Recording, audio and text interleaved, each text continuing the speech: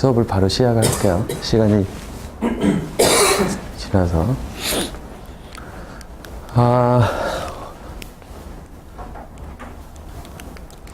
지난 시간에 우리 배운 내용이 뭐였죠? 우리 지난 시간에는 촬영을 안 했는데, 여러 가지 사정상 못 했는데, 지난 시간에 한 내용을 여러분들이 아마 기억을 하실 거예요. 뭐였냐면은 셀 사이즈를 작게 하면 정말 더 많은 시스템 커패시티를, 즉 주어진 주파수 그 대역에서 더 많은 유저에게 서비스를 할 수 있는가에 대한 수학적인 증명을 지난 시간에 했단 말이죠. 그렇죠? 아주 중요한 내용이고, 여러분들이 그것을 진짜 그렇게 되는지를 할 수가 있어야 돼요. 그렇죠? 거기서 나오면서 나오는 거가 클러스터 사이즈가 되게 중요했잖아요. 그렇죠? 클러스터 사이즈는 우리가 마음대로 뭐 숫자를 이렇게 하자, 뭐 2개로 하자, 그렇게 해서 되는 거가 아니라 특정한 조건. 즉, 인터피어런스는 코채널 인터피어런스라는 것을 고려했을 적에 어느 셀에 있더라도 코채널 인터피어런스 똑같아야 된다는 그러한 컨스트레인트 하에 한다는 거죠. 만약에 그걸 여러분들 무너뜨린다면 어떻게 될까요? 그러니까 코채널 인터피어런스가 어떤 지역에 가서는 조금 심해도 괜찮아. 라는 조건을 둔다라면은 조금 더 시스템 커패시티를 조금 더 얻을 수가 있을 수도 있겠죠. 예를 들어, 어느 지역에서는 그냥 전화만 되면 돼요. 퀄리티가 막 그렇게 좋을 필요 없어. 데이터 레이트이 그렇게 높을 필요가 없어. 그러한 상황이라면 거기에다가 조금 페어니스를 내가 깨버리고 한다라면 조금 더 시스템 커패시티를 얻을 수가 있겠죠. 그 클러스터 사이즈에 대해서 i제곱 플러스 ij 플러스 j제곱 이라는 조건을 만족해야지 클러스터 사이즈가 되는데, 그 조건을 무너뜨려도 할 수가 있겠다라는 거죠. 그렇죠? 그거 지난 시간에 이제 배운 내용인데 이제 오늘은 조금 더 지난 시간에 아주 내용들이 되게 나이스 했을 거예요. 딱 이게 눈에 잘 들어오고. 근데 오늘 배운 내용은 조금 머리가 아플 수 있는 내용인데 반드시 필요한. 아마 여기서 보니까 이제 신입생이 거의 없어서, 대학원에 들어오는 신입생이 없어서 아마 무선통신을 접한 학생들은 아마 이 내용을 알고 있을지도 모르겠어요. 무슨 내용이냐면 채널에 관한 이야기예요. 채널에 관한 이야기 중에서 오늘은 무슨 이야기를 하려고 하냐면 패스 로스에 대해서 이야기를 하려고 그래요. 첫 번째로. 즉, 패스 로스라는 건 뭐냐면은 우리가 말하는 무선통신 채널에서 말하는 패스 로스는 뭐냐면 거리에 따라서 리시브드 된 시그널 파워가 어떻게 변하는가. 거리에 따라서. 그렇죠? 근데 트랜스밋 시그널 파워를 내가 1와트로 파워로 해서 보내면은 100m 떨어진 데서는 몇 와트가 받아질까? 이제 그러한 이야기를 할 거다라는 거죠. 그렇죠? 또 한 가지는 패스로스가 그러면은 예를 들어 내가 보내는 이곳에서 금방 말한 대로 100m 떨어진 곳에서 내가 1와트를 보냈을 적에 예를 들어 0.1와트가 받아졌다라고 칩시다. 그죠? 0.1와트를 받았는데 그쪽 말고 또 다른 방향으로 100m 떨어진 곳에서 또 측정을 해봤어요. 100m 떨어져가지고. 그러면 몇 와트가 나와야 되겠어요? 금방 거리상의 함수로만 표현이 된다라면 0.1이 와야 되겠죠. 왜냐면 거리에 따른 함수라고 하니까. 그렇죠? 근데 실제 받아봤더니 그 금방 말한 100m 떨어진 곳에서 0.1와트라는 거에 그 0.1 값은 어떻게 나왔냐면 에버리지를 취한 거야. 오랜 시간 동안 수신 신호 하나 딱 보냈을 때 딱 그거 하나를 잰 게 아니라, 예를 들어 한 오랫동안 에버리지라는 건 약 10초간 또는 뭐 5초간 신호가 계속 오고 있는 걸 쭉 받은 것들을 에버리지 값, 평균 값 했더니 0.1와트.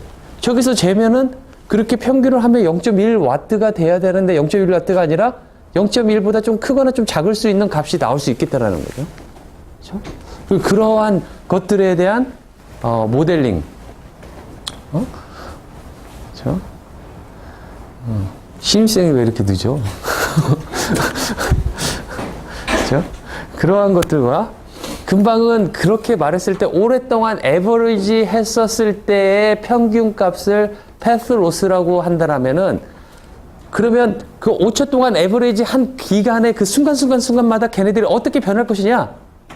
그거의 행태를 보자는 거는 이제 또 다른 모델링을 우리가 봐야 되겠다라는 거죠. 그렇죠? 그래서 금방 패스로스를 라지 스케일 채널 모델이라고 한다라면은 금방 순간순간 매 시간마다 5초라는 에버리지 하는 순간마다 걔네들의 행태를 보는 요거에 대한 모델링은 뭐라고 하자면은 스몰 스케일 페이딩 모델이라고 말을 해요. 무슨 말인지 알겠죠? 그 내용에 대해서 오늘 배우겠다라는 거죠.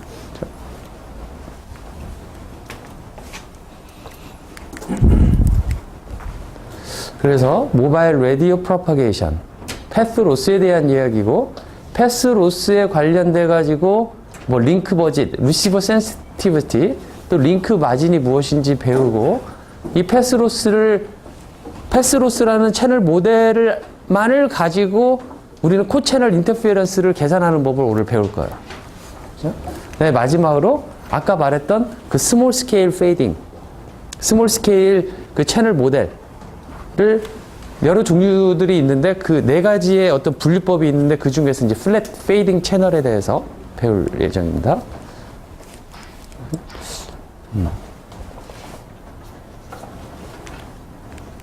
네. 뭐 이렇게 쭉 써놨어요. 이동 통신의 전파의 환경은 그러니까 전파가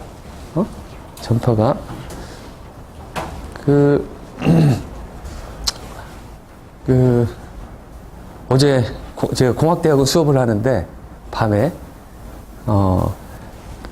그러니까 그분들은 주경야독 하시는 분들이잖아요. 그죠? 회사 다니고 저녁에 와서 수업을 듣는데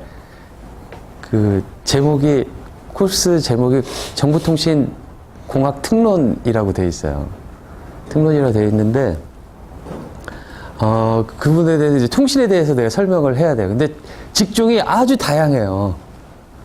그러니까 학부 때 전공들이 너무 다양해갖고 이 통신에 있어서 모듈레이션이라는 걸 설명하는데 되게 힘들어요.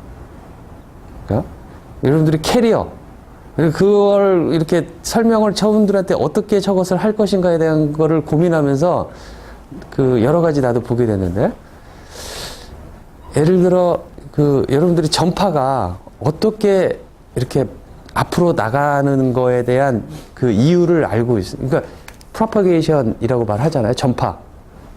어떤 코사인 2파이 F CT 라는 이 시누소이다란 시그널 있잖아요.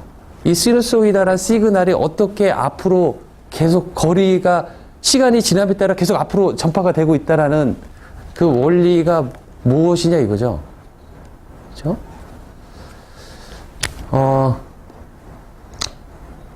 맥스웰 방정식이라고 여러분들 들어봤을 거예요. 그렇죠?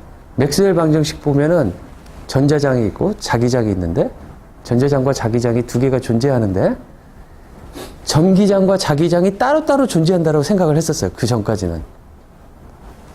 그 관련성이 어떻게 되어 있느냐를 수학적으로 명확하게 풀어놓은 거가 맥스웰 방정식인데 그 관련성에 있어서 봤더니 전자장을 컬이라는 어떤 오퍼레이션, 컬이라는 건 일종의 얘에 대한 그 직교의 그 전자장이 있으면 이 직교적으로 어떠한 작용들이 생길까에 대한 거를 나타내는 오퍼레이션이거든요. 예를 들어 시간에 대해서 미분하면은 우리는 무엇을 알 수가 있어요? 함수에 있으면 이 기울기, 얘가 어떻게 변하고 있는가 그 순간에 인스턴테니어스 타임에서 얘가 그 시간에 변하고 있는 그 레이트를 우리가 알 수가 있잖아요. 그렇죠? 그렇듯이 컬이라는 거를 오퍼레이션을 취하면 뭘 할 수가 있냐면 그 전자장이 이루고 있는 걸 수학적으로 표현을 하고 전자장에다가 컬을 한다라면은 그 전자장 위에 오쏘고나락에 일어난 곳에 무엇이 일어나는가에 대한 것을 알아낼 수가 있어요. 그 컬이라는 오퍼레이터 특징이 아까 미분이 그렇게 표시를 했듯이 그래서 전자장에다가 컬을 취했더니 어떠한 해답을 얻게 되냐면 솔루션이 얻게 되냐면 그 과정을 이제 그 초고추파 공학을 들으면 알 수가 있을 텐데 이미 다 때가 지난 거죠, 여러분들은. 그렇죠?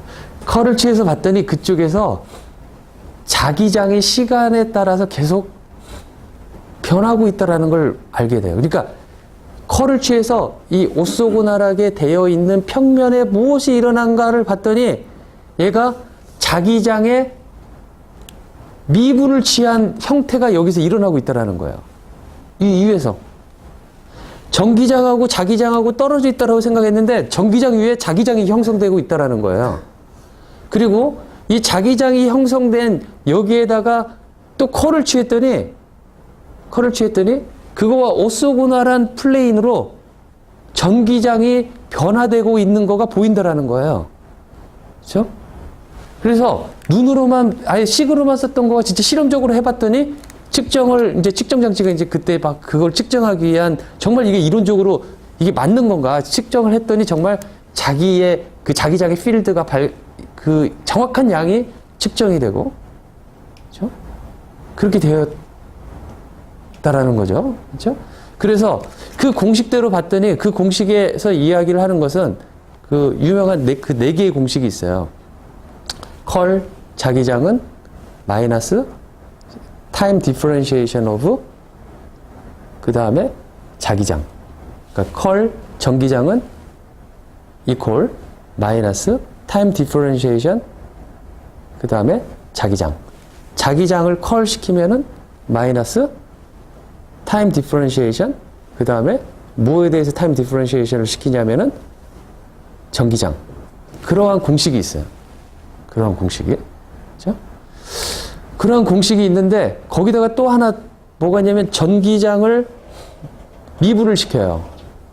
미분을 시키면 얘 전기장에 대한 슬롭이 나올 거잖아요. 그 슬롭은 0이 나와요.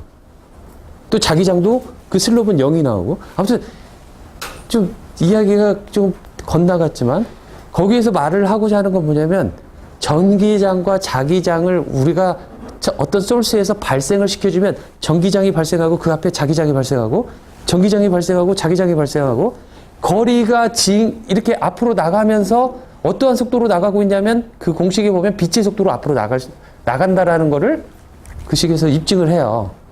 그렇죠? 그리고 그 입증된 식에서 무엇을 말하냐 그것을 만족하는 이 웨이브는 무엇이 있느냐 그 식을 만족하는 이 맥스웰 방정식을 만족하는 우리가 생각할 수 있는 식이 뭐냐면 바로 시누소이달한 웨이브다라고 시누소이달한 웨이브를 그 공식에다 넣으면 그거가 딱 모든 공식이 딱 그 맥스웰 방정식이 맞는 식으로 나와요. 그렇기 때문에 우리는 코사인 2파이 FCT라는 거를 만들어낼 수 있다라면 코사인 함수를 만들어낼 수 있다라면 계속 프로파게이션에서 앞으로 갈 수 있다라는 거죠. 그렇죠? 맥스웰 방정식을 만족을 해서 하지만 우리의 아비트러리한 우리의 인포메이션은 그 공식을 만족하지 못해요. 우리가 말하는 뭐 일종의 그냥 나의 음성을 전기적 신호로 보내는 어떤 랜덤 시그널은 그 공식을 만족하지 못하면 프로파게이션 안 되는 거죠. 그렇죠? 그래서 코사인의 함수에다가 나의 인포메이션을 그 안에다 실어가지고 보내는 거죠. 그렇죠? 그 안에다 실어서 보내는데 그러면서 이제 전파의 특성에 대해서 사람들이 연구를 하기 시작했어요. 이 전파가 전파되는 데 있어서 그렇게 파동이 우리가 돌을 던지면 물결에 파동이 일어나서 앞으로 나가듯이 이 전파도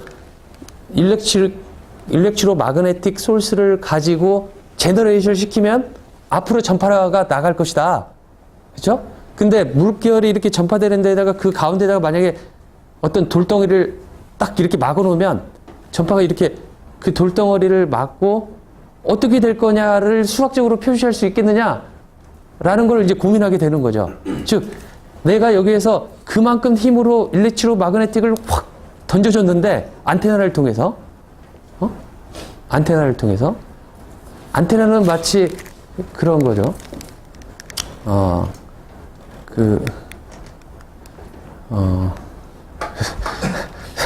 스키를 타면 그 스키에서 그 있잖아요. 그 영화의 국가대표였던가?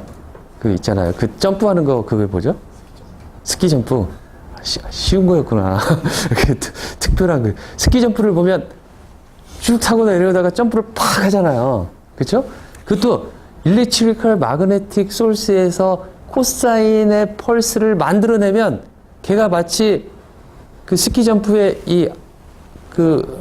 여기 길을 타고 내려오는 것처럼 얘가 하면서 얘를 힘을 그 안테나 개인을 이용해서 탁 쳐주면은 걔가 더 멀리 나갈 수 있도록 해주는 일종의 길이다라는 거죠.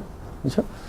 그렇게 해서 보내지면 어떠한 현상이 일어나는 걸 발견하냐면 리플렉션이라는 게 일어나고, 아주 여러분들 쉽게 이해할 수 있는데요. 리플렉션이라는 거가 있고 디프렉션이 있고 스캐터링이 있어요. 리플렉션은 말 그대로 물체에 부딪히면 반사되는.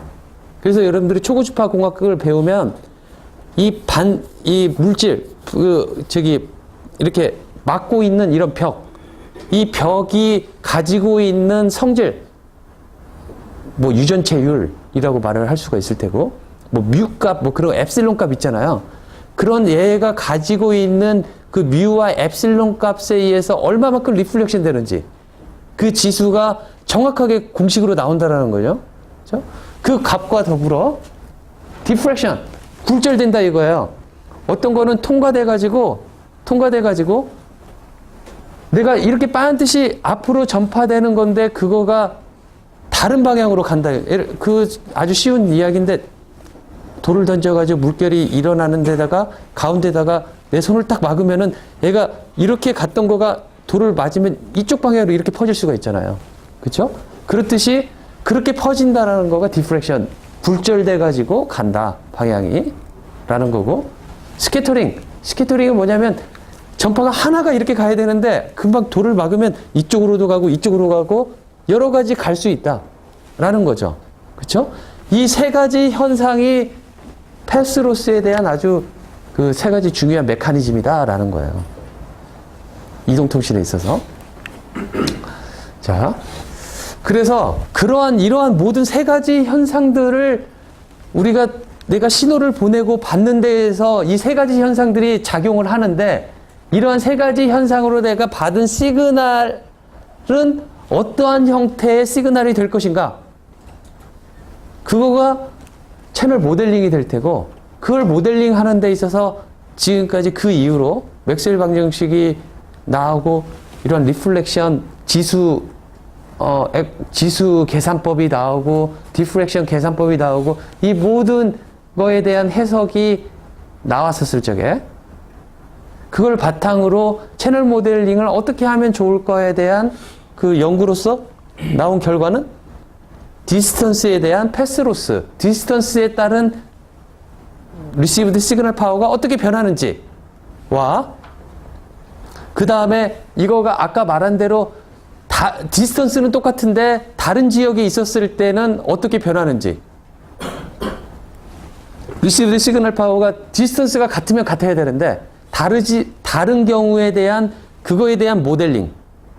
세 번째는 아까 말한 대로 아주 숄텀, 아주 매 시간마다 얘가 어떠한 형태로 변하고 있는지에 대해서 서로 인디펜던트하게 모델링을 하는 거가 가장 적합하다라는 거죠. 그렇죠? 그래서 우리는 이렇게 차례 오늘 볼 거라는 거예요. 자, 요게 프리 스페이스에서 패스로스예요. 프리 스페이스는 장애물이 하나도 없는 상태에서 트랜스밋 파워가 오메가 T일 때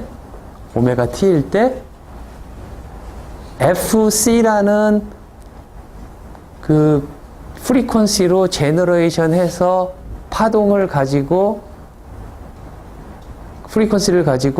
보냈을 적에 received 시그널 파워는 얼마가 될 거냐라는 거는 이렇게 측정에 의해서 이러한 식으로 정확하게 나오게 되어 있어요.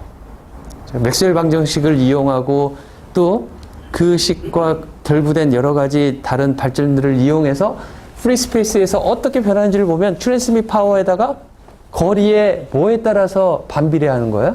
보면 거리의 제곱에 따라서 반비례한다는 걸 알 수가 있어요. 그죠? 웨이블랭스의 제곱에 따라서 비례하고, 그죠? 웨이블랭스의 제곱에 따라서. 그러니까 웨이블랭스가 만약에 1보다 작으면 어떻게 되겠어요? 웨이블랭스가 이게 다 미터 단위인데 D도 미터 단위, 람다도 미터 단위. 그죠? 그러니까 여기에서는 단위가 없는 거죠. 단위가 없고 K도 단위가 없고 오메가 T 그 와트 단위가 여기 와트와 똑같은 거죠. 그죠? 그러면 예를 들어 F는 1헐츠. F는 1헐츠면 람다는 얼마예요? 람다는 얼마예요? 어려운 질문인가? F는 1헐츠면 람다는 얼마냐? 얼마예요? F와 람다의 관계식을 모르면 다 알죠? 그쵸? F는 람다분의 C. F 곱하기 람다는 C. 그쵸? 그러니까 F는 1이면 람다는 C하고 같잖아요. 그쵸? 그러니까 람다는 3 곱하기 10의 8승. 3 곱하기 10의 8승 미터잖아요. F는 1헐츠짜리를 넣으면은 3 곱하기 10의 8승의 제곱. 하니까 9 곱하기 10의 16승. 그쵸? 거리에 따라서 오히려 파워가 엄청나게 커진다라는 이야기가 될 거란 말이죠. 얘가 어느 정도까지는. 그쵸? 이 값이 1보다 크다라는 거는 더 크다라는 소리니까. 원래 말하는 것보다. 그러면 람다 C가 1보다 작은 경우는 어느 경우가 될까요? 3 곱하기 10의 8승보다 더 높은 주파수를 사용하면. 그쵸? 그러니까 3 곱하기 10의 8승이라는 것은 얼마냐면은 얼마요? 3 곱하기 10의 8승이니까 300MHz. 그쵸? 만약에 캐리어 프리퀀시가 300MHz 이상이라면 람다 C, D분의 람다 C가 1보다 작게 되는 거죠. 이 람다 C가 1보다 작게 되는 거죠. 그쵸? 1보다 작게 돼서 거리에 따라서 줄어드는 정도가 달라지는 거죠. 그쵸? 그래서 우리가 쓰는 경우는, 그러니까 FM까지는 다 300MHz 이하이지만 300MHz 이하인 경우도 예를 들어 FM 같이 예를 들어 100MHz다 라고 한다면 얼마가 될 거냐면은 100분의 300. 그러니까 3. 이게 9가 되고 파워가 이 이론에 따르자면은 FM 방송은 어떻게 될 거냐면 처음에 일정 거리에서는 더 크게 들리다가 그 다음부터는 거리에 따라서 제곱의 형태로 떨어져야 된다는 이야기가 되는 거죠. 그렇죠? 이 이론에 따르면. 그렇죠? 그래서 람다에 대한 여러분들이 이 분위기를 조금 저 식을 통해서 어떻게 변하는지에 대한 거를 의미를 좀 새겨봤으면 좋겠어요. 그렇죠? 하지만 람다가 고정되어 있다라면 거리의 제곱에 따라서 다 반비례한다라고 우리는 말을 할 수가 있겠죠. 그렇죠? 그리고 람다가 고정되어 있는 경우가 다 대부분이 아니라 모든 경우가 될 테고요. 우리가 고려하는. 그렇죠?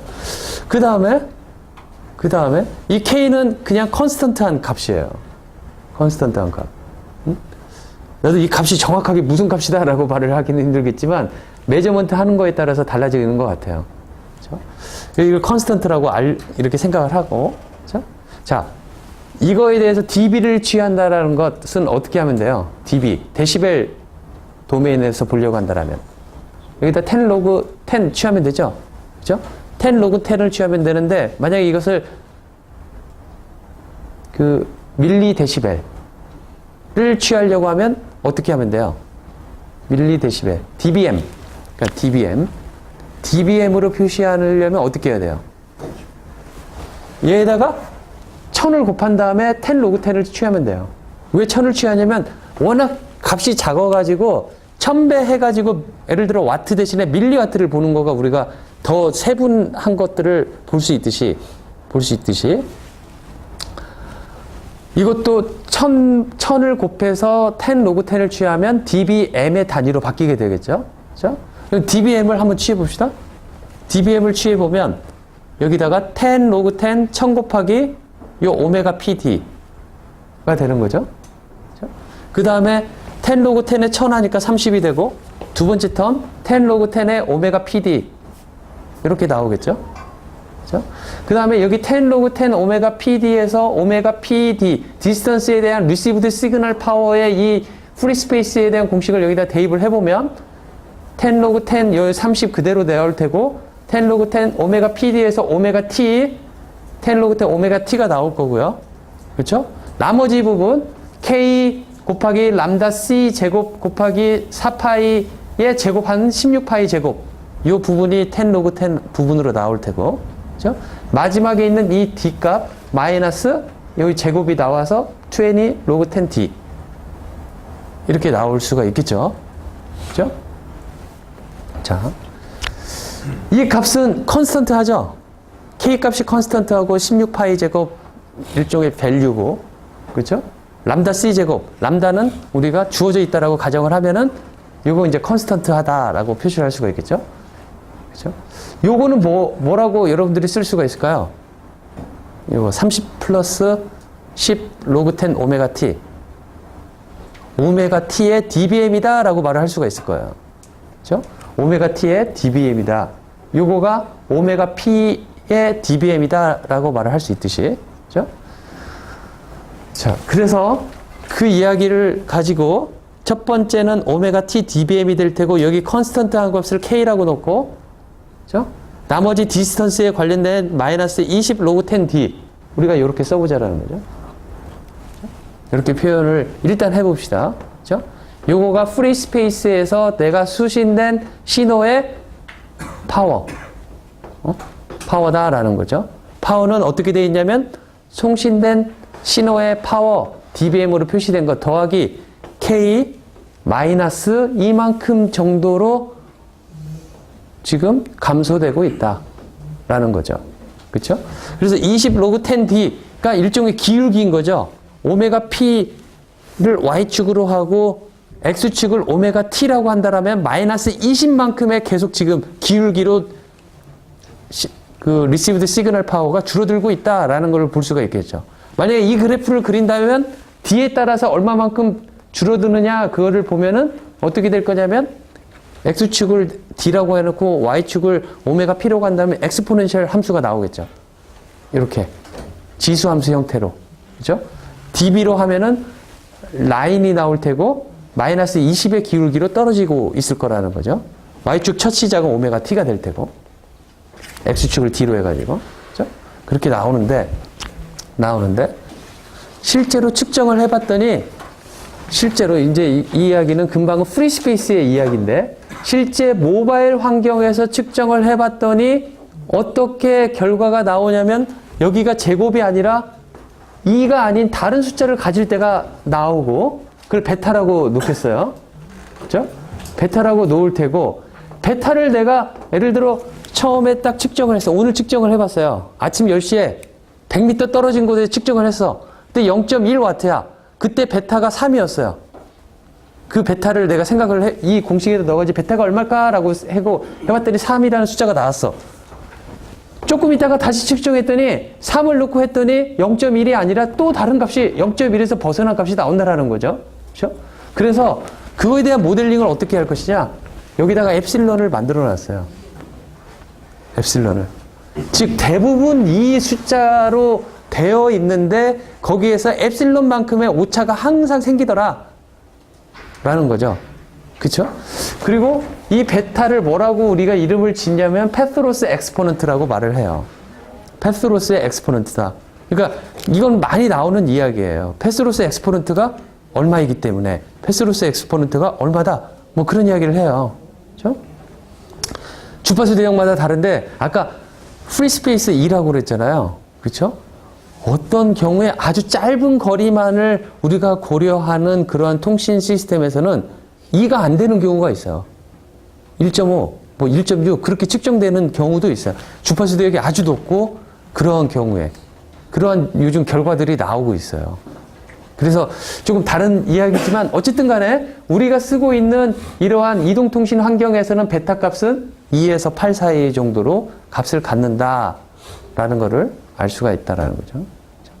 그 다음에 여기 엡실론은 뭐라고 그랬냐면 아까 측정된 값, 값에서 100m를 해가지고 패스로스를 계산해 봤더니 한 3점도 나오는데 그거가 매번 3을 사용해서 했던 거하고 약간의 항상 오차가 생긴다라는 거죠.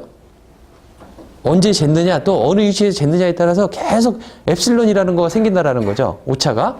그 오차에 대해서 얘를 모은 거를 히스토그램을 그려봤더니 어떠한 디스트리뷰션을 갖냐면은 가우시안 디스트리뷰션을 갖더라라는 거죠. 그래서 엡실론은 이렇게 제로민의 특정한 이러한 베리언스를 갖는 노멀 가우시안 디스트리뷰션으로 우리가 모델링이 된다라는 거가 메저먼트를 기반으로 한 결과다라는 거죠. 그렇죠? 그러니까 수학적으로 도입된 결과가 아니라 측정을 통해서 나온 결과다라는 거죠. 자, 그러면 요거를 또 dBm으로 고쳐가지고 표시를 해볼게요. 자, 10 log 10, 1000 곱해서 dBm으로 표시하는 거죠. 그죠? 그러면은 10 log 10, 10 log 10, 1000 곱하기 요 부분. 그죠? 아까 했죠? 그래서 10 log 10, 1000 부분과 오메가 t 부분을 더하면 오메가 t dBm이 나올 테고. 아까 그 전 식에서. 그 다음에 여기 상수텀. 람다 c 분의 16파이 제곱.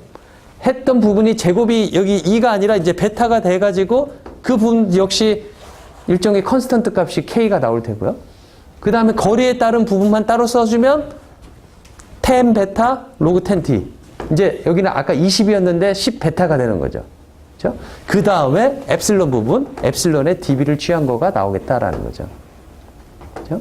10 로그 10을 취하면 자, 이렇게 되어 있는데 received power distance 그러면 저 패스로스 모델링을 하는 데 있어서 여기가 곱하기가 돼야 될 것 같아요. 곱하기가 모델링을 보면 곱하기가 되는 거가 맞을 것 같아요. 그죠? 여기가 곱하기로 고쳐주세요. 그죠?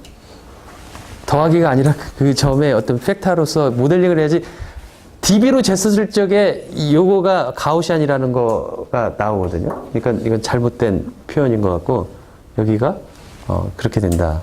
그렇죠? 자, 그러면 우리가 그 처음에 서비스 회사가 이제 측정들을 해요. 패스로스 모델링을 하고 지금 5G 5G 이동통신 그 표준을 막 시작하려고 하는데 지금 생각하고 있는 캐리어 프리퀀시를 지금 우리 얼마 쓰고 있어요? SK텔레콤이나 그런 데서는 800MHz도 있고 1.8에서 보통 2.0GHz 사이에서 회사마다 좀 다르게 쓰고 있어요. 그쵸?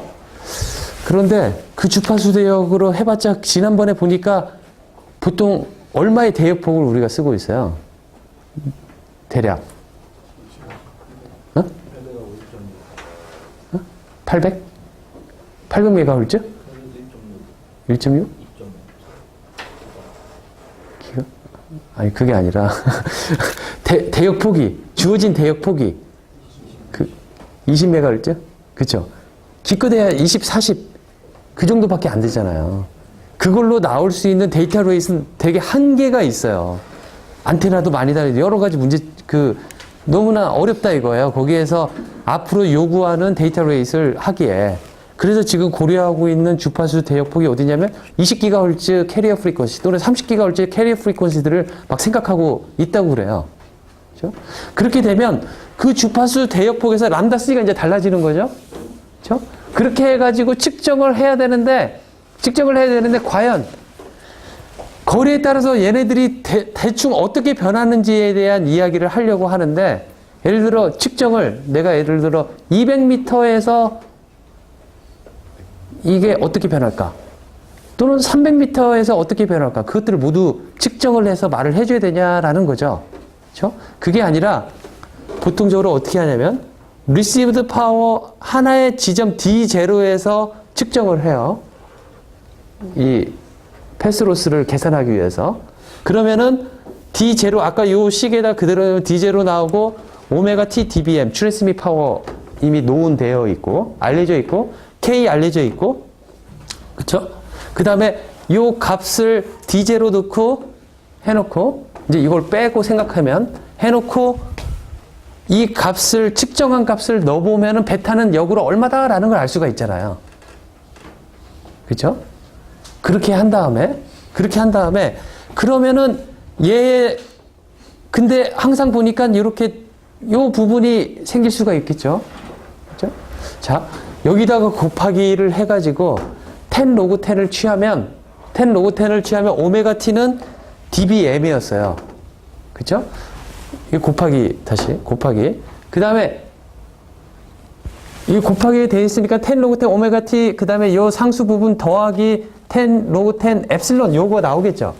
그죠? 그러면 엡실론의 단위는 뭐가 될까요? dBm이 될까요? 아니면 dB가 될까요? dB죠? 그쵸? dBm은 여기에서 1000을 얘가 가져가 버렸잖아요. 오메가 t가. 그래서 여기가 dB라고 써놓은 거예요. 그 부분 때문에. 자, D0였을 때 나오는 요 오차를 엡실론 프라임, 2 프라임으로 놓고 이 단위는 dB가 되는데, 그래서 요거는 아까 말한 대로 dB 0과 시그마 엡실론 제곱을 여기 dB라고 써야 되는데, dB로 되어 있는 거가 이러한 가우시안의 형태를 띠고 있는데, 가우시안의 형태를 띠고 있기 때문에 컨스턴트 더하기 가우시안 이기 때문에 얘도 가우시안이 되겠죠. 그죠? 그래서 얘에 대한 민 값을 구해보면 우리가 여기에서 오메가 t dBm 플러스 k 마이너스 10 베타 요 부분, 요거는 제로민을 가지고 있기 때문에 그냥 그대로 되겠죠. 그래서 요 값이 received power의 미 값이 되겠다라는 거죠. 그렇죠? 입실론의 dB가 가우시안. 입실론 dB가 가우시안. 입실론의 dB가 가우시안.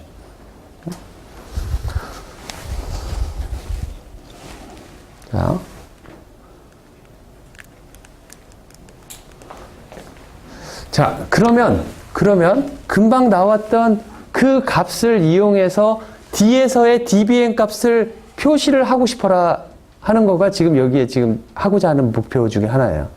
금방 나왔던 D0에서 측정한 값을 이용해서 이 D0가 아닌 다른 디스턴스 D에 가진 곳에서의 값은 얼마이느냐. 그러니까 아까 레퍼런스 포인트로 D0에서 측정한 값을 가지고 얘를 가지고 모든 영역에서의 그 값을 예측하고 싶다라는 거죠. 측정하지 않고 어떻게 하냐면 자 D에서의 값은 이렇게 아까 나온 것처럼 dBm 플러스 K 마이너스 요거에다가 엡실론 dB 이렇게 나오는데 아까 뭐라고 그랬냐면 여기가 D0로 써 있는 부분까지가 뭐였냐면은 민값이었어요. 그쵸? 민값이었어요. 여기까지가.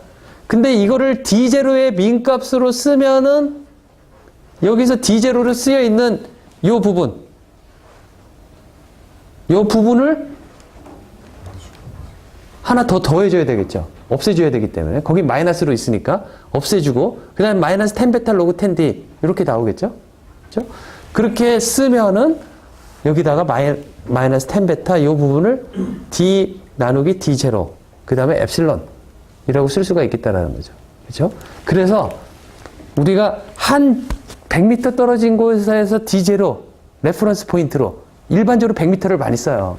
실제로 측정할 때. 그렇죠? 아니면 스몰셀일 때는 10m 10m를 쓰고 그렇게 해서 측정한 값 하나를 가지고 이렇게 arbitrary 한 곳에서는 그거의 received mean power에다가 이러한 관계를 통해서 값이 얼마다라고 계산을 한다라는 거죠. 그렇죠? 이 값은 이제 이거의 mean power가 될 테고, 그렇죠?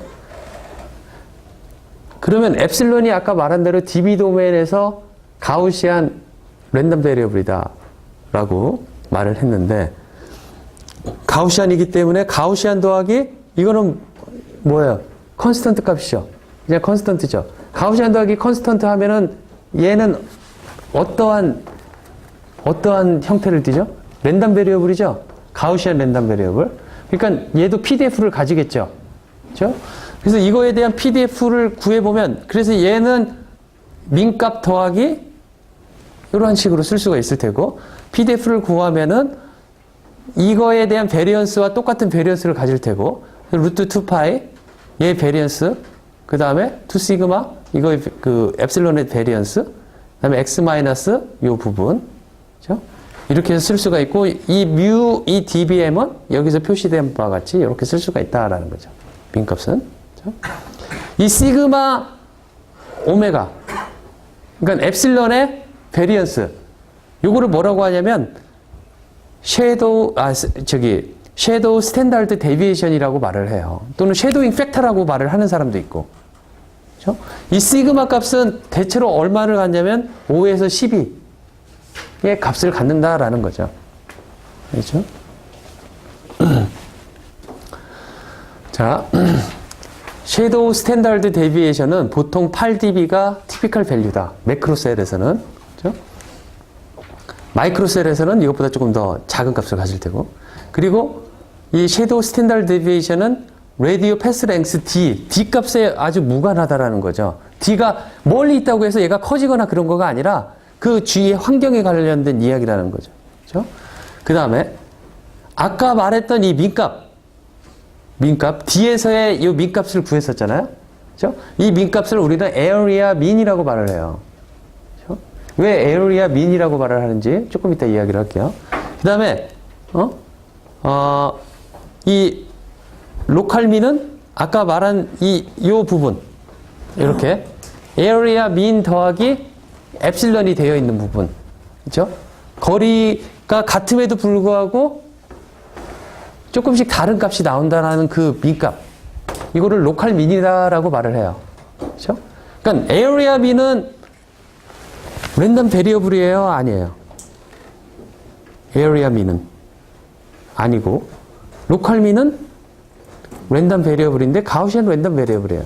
가우시안 랜덤 베리어블인데 어디에서 가우시안 랜덤 베리어블이냐면 dB로 표시했을 때 dBm으로 표시했을 때 가우시안 랜덤 베리어블이에요.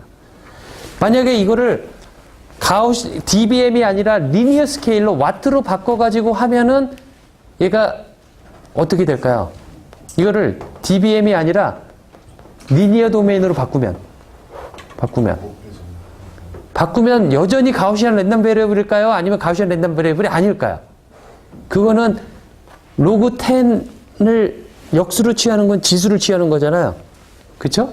그 지수를 취하는 작용이 리니어하느냐 리니어하지 않느냐 리니어한 오퍼레이션이면 가우시안일 테고 리니어 오퍼레이션이 아니면 가우시안이 아니고 그렇죠? 근데 가우시안이 아니다라는 거죠. 리니어한 관계가 없어서 그렇죠? 리니어인지 아닌지는 여러분들 그거를 행렬로 나타낼 수 있느냐 없느냐로 바로 판별을 할 수가 있어요. 예를 들어 방정식은 다 우리가 매트릭스 형태로 표시를 할 수가 있잖아요. 그렇죠? 하지만 그건 표시를 할 수 없기 때문에 리니어하지 않다란 말이에요. 그렇죠? 리니어하지 않아서 얘는 가우시안이 안 돼요. dBm을 리니어 스케일로 바꿨을 때. 그렇죠? 그러한 디스트리뷰션을 뭐라고 하냐면 로그 노멀 디스트리뷰션이라고 말을 해요. 로그 노멀 디스트리뷰션 또는 로그 노멀 랜덤 베리어블. 무슨 말인지 알겠죠? dB로 했을 때는 일반적인 노멀 디스트리뷰션인데 로그에서 빼면은 우리는 로그 노멀 랜덤 베리어블이다 라고 말한다라는 거죠. 그렇죠? 그래서 이 로컬 민은 리시브드 시그널 파워인데 그래서 이렇게 엡실런이 있는 현상을 우리는 뭐라고 하냐면 섀도잉이다 라고 말한다라는 거죠. 그렇죠? 섀도잉이 뭐냐? 그러면은 똑같은 거리에서 쟀음에도 불구하고 그 값들이 로그 노멀의 형태로 나타난다. 그 현상을 우리는 섀도잉이다 라고 말한다라는 거죠. 알겠죠?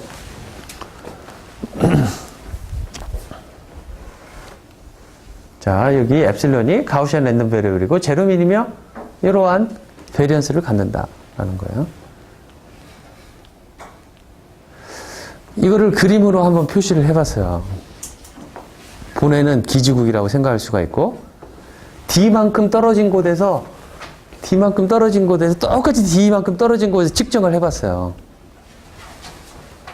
여기서부터 시작해서 여기 이렇게 쭉 측정을 하면 거리 D가 같기 때문에 이게 프리 스페이스라면은 모두가 같아야 된다 이거죠. 그쵸? 하지만 얘를 재보면은 에어리아 민 더하기 엡실런, 에어리아 민 더하기 엡실런, 에어리아 민 더하기 엡실런. 그러면 에어리아 민은 뭐냐면은 이렇게 측정한 모든 값 엡실론만큼 다른 것들을 다 평균을 내면 그 값이 바로 에어리아 민이 되겠다라는 거죠. 그 에어리아 민은 바로 패스로스 자체로만, 엡실론이 없는 그 자체로만 나오는 평균값이라고 우리가 이해를 하면 되겠다라는 거예요. 지금까지 배운 내용은 에어리아 민하고 로컬 민 두 개를 배운 거예요. 로컬 민은 뭐냐면 에어리아 민 더하기 노멀 랜덤 베리어블. 그렇죠? 노멀 가우시안 랜덤 베리어블. 그렇죠? 그런 형태를 띄고 있다. DB 도메인에서.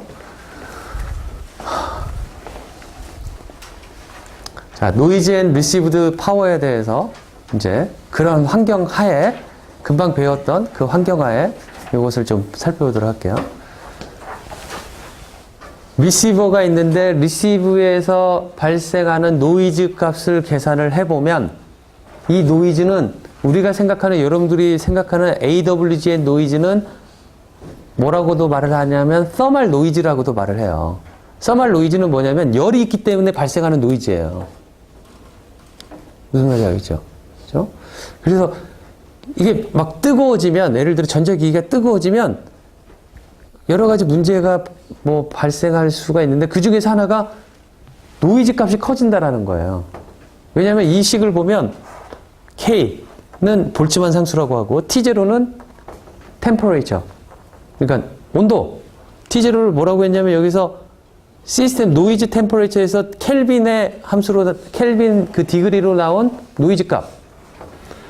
BW, 그 내가 수신기에서 받는 이 대역폭이 있을 텐데 그 대역폭만큼의 노이즈가 존재할 테니까, 그렇죠? 노이즈는 모든 주파수 대역에서 존재하지만 나의 리시버는 특정한 밴드만 걸러내니까 그 밴드에 있는 노이즈만 있을 테니까 BW가 있고, F는 뭐라고 하냐면은 F는 노이즈 피겨라고 말을 해요. 노이즈 피겨라고. 그렇죠? 노이즈 피겨는 이렇게 정의가 돼요.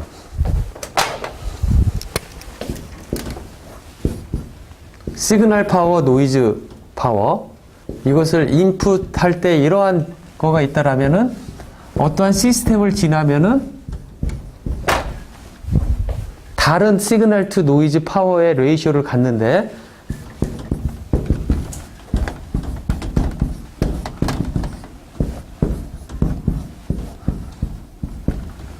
이렇게 정의가 돼요. 이것을 노이즈 피겨다라고 말을 해요. 보통 RF 시스템에서 RF는 항상 이렇게 인풋 대비 아웃풋의 SNR이 달라지는 현상을 보여줘요. 더 나빠지는 거죠. 그렇죠?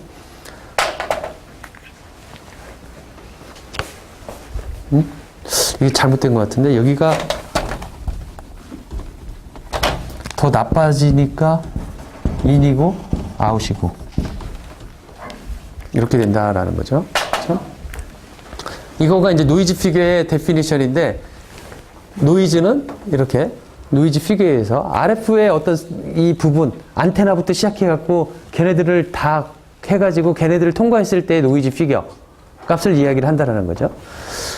그 다음에 이게 인풋 노이즈 파워라고 한다면 리시버에, 그 다음에 캐리어의 파워는 우리가 어떻게 계산을 하냐면 리시브드 된 그 파워는 오메가 T 부분이 있고, GT 뭐냐면 트랜스밋 할 때 안테나 게인이 있고, GR 리시버에서의 안테나 게인, 나누기 LRX는 뭐냐면 리시버의 어떤 로스.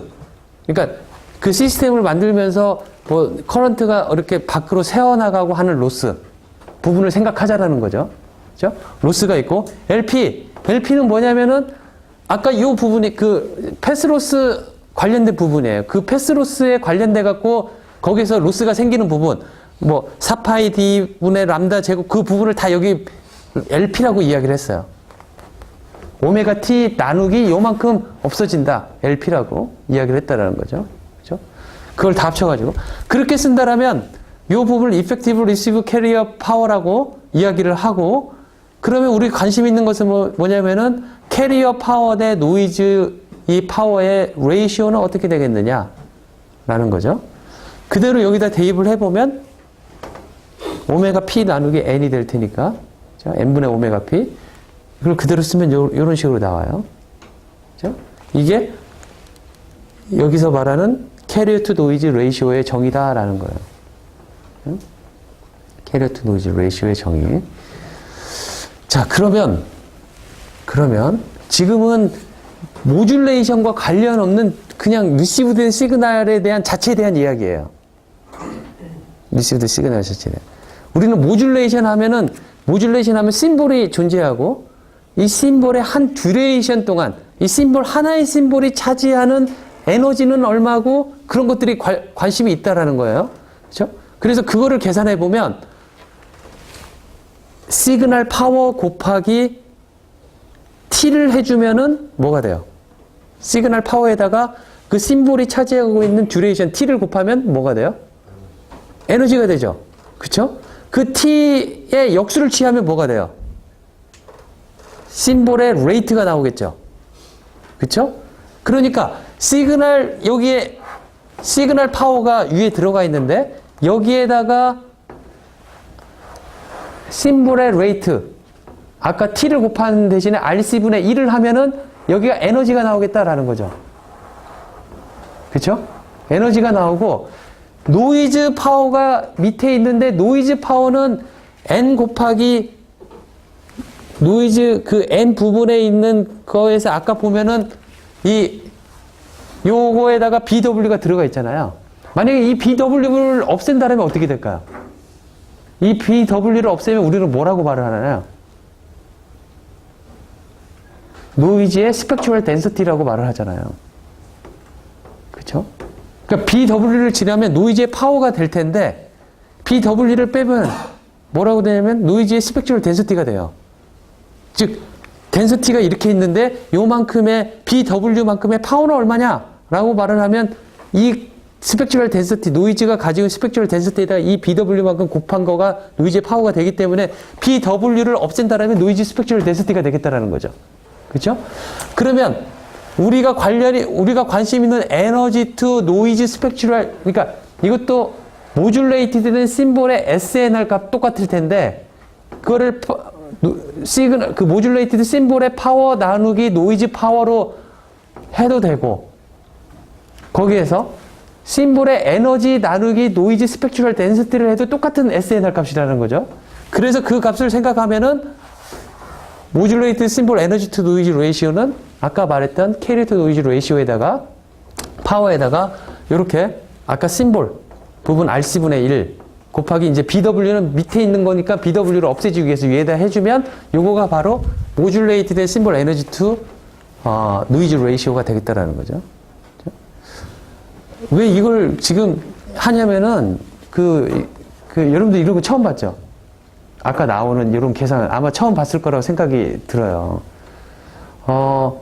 나중에 보면 이러한 거가 너무나 당연하게 여러분들 나중에 표준화를 가거나 뭐하고 하면은 이런 것들을 계산해야 되는 경우가 되게 많아요. 알고리즘 자체만 계산 여러분들이 하다 보면 이런 거가 뭔지 되게 그때 가면 어려울 수가 있다라는 생각이 들어요. 이것도 책에 다 나오는 내용인데,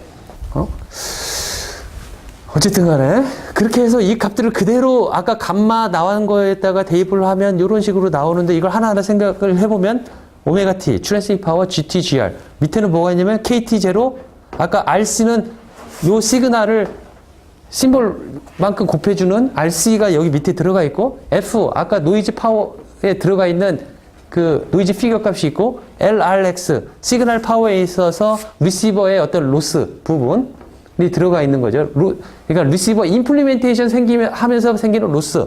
LP는 뭐였냐면 아까 뭐였어요? 패스 로스에서 생기는 모든 팩터 값이 되겠다라는 거죠. 자, 이제 이거를 또 dB로 바꿔줘요. dB로 바꿔주면 또 좀 지루하지만 오메가 t가 dBm이 되고 GTGR 나머지는 다 이렇게 dB로 쓸 수가 있겠죠. 이렇게. 그렇죠? 그 얘를 자, dB로 썼어요. dB로. dBm이 아니라. dBm으로 썼는데 여긴 dBm이 있어요. 오메가 t는 dBm이. 그렇다면 얘에다가 1000을 곱해주고 밑에다가 1000을 곱해줘도 상관이 없잖아요. 그래서 1000을 곱해줘가지고 오메가 t 부분은 dBm이 되고 1000을 곱해진 KT0도 dBm이 되고 그러면은 dBm으로 이렇게 단위를 맞춰줄 수가 있다는 거죠. 그렇게 써서 나타내면 RC, 뭐 F, LRX, LP 이렇게 쓸 수가 있다는 거죠. 그렇죠? 자, 여기에서 이 LP에 대해서 주목을 합시다. 그렇죠? LP가 뭐라고 그랬어요? 패스로스에 의해서 리시브드 시그널 파워가 얼마만큼 감소가 됐느냐, 그러니까 트랜스미트 시그널 파워 대비해서 얼마만큼 얘가 영향을 미쳤느냐 라는 부분이 끝에 이렇게 LP로 나와 있어요. 그렇죠? 내 욕심 같아서는 여러분들 지금 이 식을 머릿속에 다 외워놓고 있었으면 좋겠어요. 어렵지 않은 거가 뭐냐면 아까 내가 이렇게 막 하나하나 설명한 이유가 뭐냐면 리시브드 파워가 어떻게 될 거냐, 어떠한 요소들이 리시브드 시그널 파워에 영향을 미칠 거냐, 트랜스밋 안테나의 개인, 리시브드 시그널 안테나 개인이 있고 얘 해가 되는 것들이 그걸 약하게 하는 것들은 뭐냐면은 뭐가 있었냐면 임플리멘테이션 로스가 있고 또 LP라고 하는 패스 로스가 있고 라는 거죠. 그렇죠? 그렇게 생각하면 어렵지 않게 나와요. 노이즈 파워는 어떻게 되냐면은 서멀 노이즈이기 때문에 KT0가 있고, 그렇죠? KT0가 있고 밴드위드스 덴시티를 곱해줘야 되니까 밴드위드스가 있고 곱하기 뭐가 있었냐면은 노이즈 피겨가 있어가지고 그 식이 나왔잖아요. 그 식을 생각해갖고 이야기해보면 이걸 그대로 쓸 수가 있어요. 여러분들이. 자, 그러면 여기 아까 내가 LP에 대해서 조금 더 생각을 해보자라고 했는데 여기에서 이제 리시버 센서티비티를 이렇게 디파인을 이제 우리가 해요. 여러분들이 나중에 이제 그런 리시버 센서티비티가 얼마냐고 그렇게 물어볼 때가 있을 거예요. 이렇게 뭐 어딘가 뭔가를 만들고 아마 나중에 통신에 관련된 회사에 가면 리시버 센시티비티는 얼마다 RF 하는 사람이 이야기를 할 수가 있고 RF 하는 사람들이 여러분들이 통신 이론을 한 사람이기 때문에 그런 걸 물어볼 수가 있어요.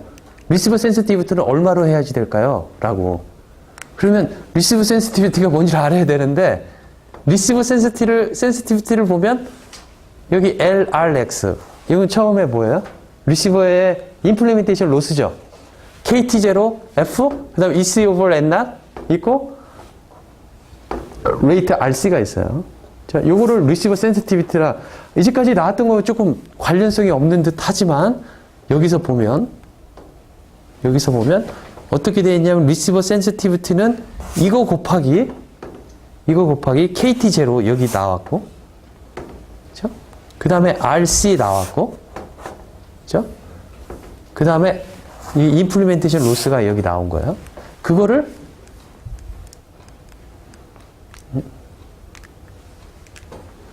그 다음에 F가 나오고, 그렇죠?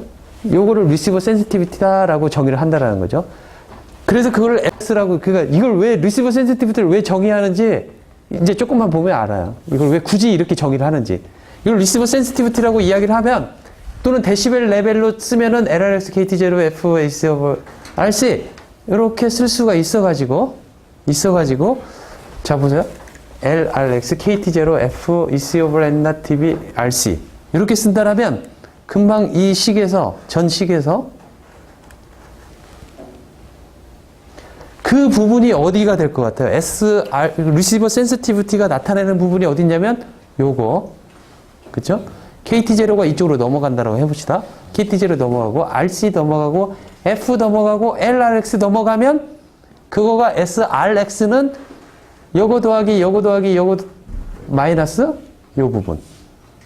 이렇게 해가 남겠죠. 그러니까 receiver sensitivity는 이렇게 될 거다라는 거죠. 그렇죠? 오메가 t 트랜스밋 파워, 트랜스밋 안테나 게인, 리시버 안테나 게인 마이너스 그렇죠. 보면 리시버 센시티를 보면 KT0 일반적인 환경에서 나오는 그 값이에요. 그러니까 서멀 노이즈 보통 어떻게 말을 하면 룸 템퍼레처다라고 했을 때 노이즈를 생각해요. 20도. 20도였을 때 이 값은 대략 얼마다. 그리고 이 영향이 그렇게 미치지는 않아요. RC 값, 데이터 레이트를 말을 하고 있어요. 심볼 레이트를 말을 하고 있어요. 심볼 레이트 전송하기 전에 심볼 레이트가 얼마다라고 우리가 이야기를 할 수가 있잖아요. 그렇죠? 그 다음에 F, 노이즈 피겨. 네가 RF를 만들면 RF에서 제공을 해줘야 돼요. 노이즈 피겨는 내가 만드는 RF의 노이즈 피겨는 얼마다라고 이야기를 해줘야 돼요. 이 값이 낮으면 낮을수록 성능이 좋은 건데, 즉 SNR 인풋보다 아웃풋 값이 더 커야 되는데 보통 인풋 값이 커지고 아웃풋에 있는 SNR 값이 나빠져요. 이 RF를 통과하게 되면. 그래서 이 F는 얼마만큼 RF를 잘 만들었느냐고 RF를 만든 사람이 결과적으로 나는 이렇게 만들었어 하고 이 값을 줘야 돼요. F 값을 만든 거죠. LRX, Receiver Implementation Loss예요. 리시버의 모뎀을 잘 만들어가지고 RF뿐만 아니라 다른 리키지하는 부분이 없도록 생겨난 부분. 그래서 리시버의 센서티비티라고 말을 할 수가 있겠죠. 그렇죠? 리시버가 얼마나 민감하느냐. 나머지 부분은 내가 어떻게 할 수 없는 부분이잖아요. 트랜스밋 파워 정해져 있는 거고, 안테나 게인 대략적으로 다 3dB 정도 써요. 이것도 어떻게 할 수 있는 부분이 아니고, 물론 안테나를 잘 만들어가지고 조금 게인을 높일 수는 있겠지만, 그 다음에 LP 패스로스 엑스포넌트도 어떻게 할 수가 없다라는 거죠. 그렇죠? 그렇게 했었을 적에 리시버 센서티비티는 이렇게 쓸 수가 있고, 이걸 가지고 뭘 하냐면은 이 값들은 보통 만드는 모뎀이 약 3dB라고 말할 테고, 이 값은 어느 정도 정해져 있고, 이 값은 RF에서 만들었을 때 보통 5, 6dB 정도 안에서 다 만들어요. 월스트 케이스 6dB 써놓고, 그 다음에 EC업을 엔나 제로. 이거는 뭐냐면은 예를 들어 10의 마이너스 3승을 맞춰주기 위해서 심볼, 그때 지난 시간에 그 데이터를 보내는 챌린징 하는 것들에 대한 그 리퀄먼트 중에서 뭐가 있었냐면은 BTLR 레이스에 대한 리퀄먼트가 있었어요. 그래서 보이스는 10의 마이너스 3승이고 데이터 같은 경우는 10의 마이너스 6승이다. 그런 이야기를 했었을 거예요. 그렇죠? 그러니까 그 10의 마이너스 3승이 BTLR 레이스지만 심볼 에러 레이스로 우리가 전환을 해서 생각해서 그 심볼 에러 레이스를 10의 마이너스 3승을 만족하기 위한 EC 오브 엔낫이 얼마냐라는 것을 우리가 역으로 알아낼 수가 있겠죠. 그죠? 그 값을 예를 들어 17dB다라고 이야기를 한다면 이 값도 주어지고, 그 다음에 데이터 레이스는 그 상황에서 얼마다라는 거를 주어진다라면 리시버 센시티비티는 얼마다라는 걸 우리가 알 수가 있겠죠. 리퀄먼트에 따라서 이 값이 조금 달라질 수는 있겠지만, 자, 데이터 레이스를 얼마로 했었을 때 그게 10의 마이너스 6승을 넣기 위해서 EC 오브 엔낫은 예를 들어 30dB가 필요하다. 이것을 넣어서 일반적으로 이러한 값을 사용했을 때 리시버 센시티비티는 얼마다라고 이야기를 해서 주면은 무엇을 구할 수가 있냐면은 그 전식에서 이야기했던 것처럼 아까 요 부분하고 여기까지가 리시버 센시티비티인데 이거 하면 전송 파워는 얼마고 리시버와 트랜스미터의 안테나 게인이 얼마라고 해놓고 그것을 만족하기 위해서는 얘를 얼마까지 허용을 할 수 있을까? 얼마까지 패스로스로 인한 로스를 허용할 수 있는가에 대한 이 값을 역으로 얻어낼 수가 있다는 거죠. 그 말은 무엇이냐면 거리를 얼마까지 내가 커버리지를 할 수 있을까라는 이야기로 해석을 할 수가 있겠다라는 거죠. 그렇죠? 자, 그래서 이 example을 보면은 acceptable link quality, 즉 minimum required EC over NNAT이 얼마라고 주어져 있다면 17dB라고 한다면 이 값을 sensitive equation에 대입을 해가지고 LP에 대해서 풀면은 allowable한 path loss 값을 우리가 역으로 구하겠다라는 겁니다.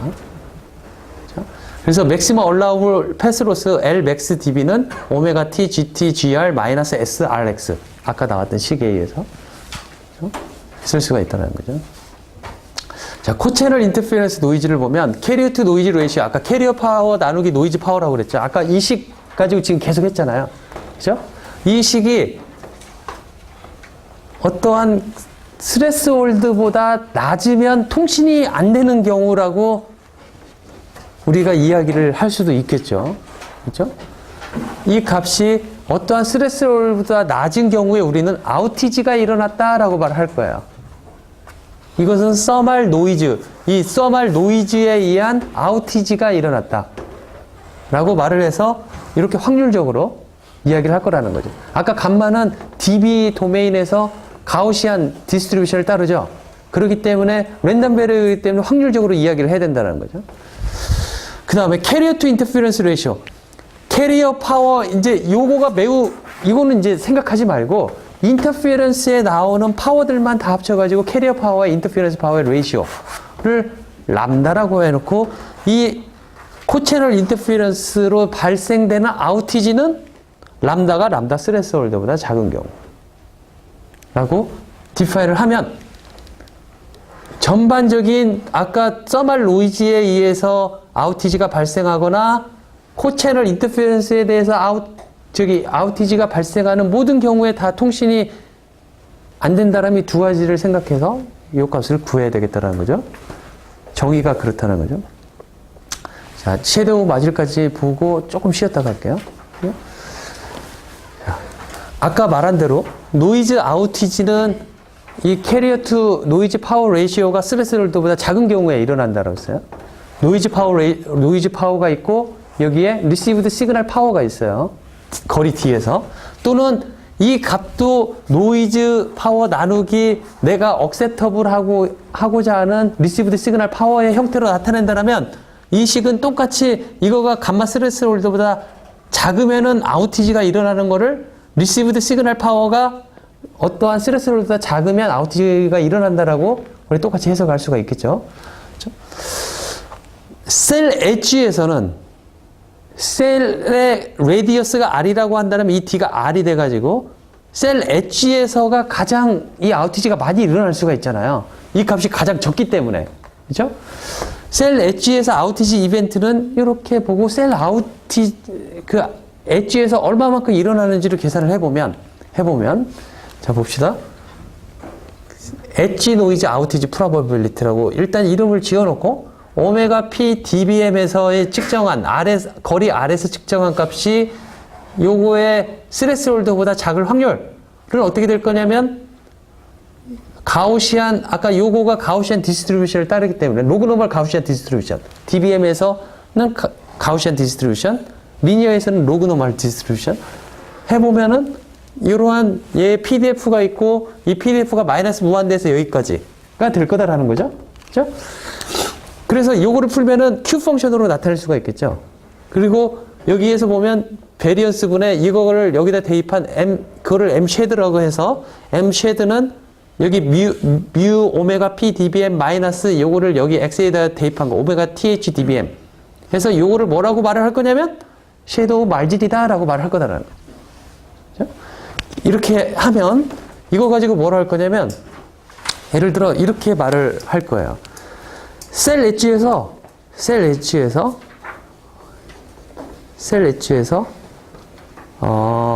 아우티지는 0.1까지는 허용을 하겠다라는 거예요. 만약에 리퀘어먼트가 셀 엣지에서 90%는 통신이 잘 되어야 되고 10%는 실패할 수도 있다라는 걸 내가 허용을 하겠다라는 거를 처음 표준 만들 때 스페시피케이션으로 만들 수가 있겠죠. 그죠? 그렇게 만들 때 섀도우 말지는 얼마냐라는 걸 계산해 보면 아까 그 구한 식에다가 요 값을 셀 엣지에서의 아우티지 값을 0.1은 Q 펑션 아까 이렇게 구했잖아요. 이걸 역으로 풀면은 M 쉐드 시그마 오면 1.28. 그래서 시그마는 8dB. M 쉐드는 그래서 10.24dB다라고 해서 이 정도의 허용을 하면 M 쉐드는 뭐였냐면 요거였어요. 즉, 이건 뭐였어요? 뮤 오메가 P dBm. 에어리아 민. 에어리아 민이었잖아요. 그쵸? 셀 엣지에서 측정한 에어리아 민과 리콰이어드된 스레스홀드와의 차이가 10.24 dB는 되어져야지 셀 엣지에서 0.1%의 아우티지를 만족해 줄 수 있다는 거죠. 무슨 말인지 알겠죠? 그렇죠? 그거에 따라서 셀 사이즈도 우리가 바꿀 수가 있겠다라는 거죠. 이 셀 엣지 노이즈 아우티지만 가지고 고려를 한다라면. 응? 자, 지금 10시 17분인데 10분만 쉬었다가, 그러니까 10시 30분에 제 시간으로 10시 30분에 저기 다시 시작을 하도록 할게요.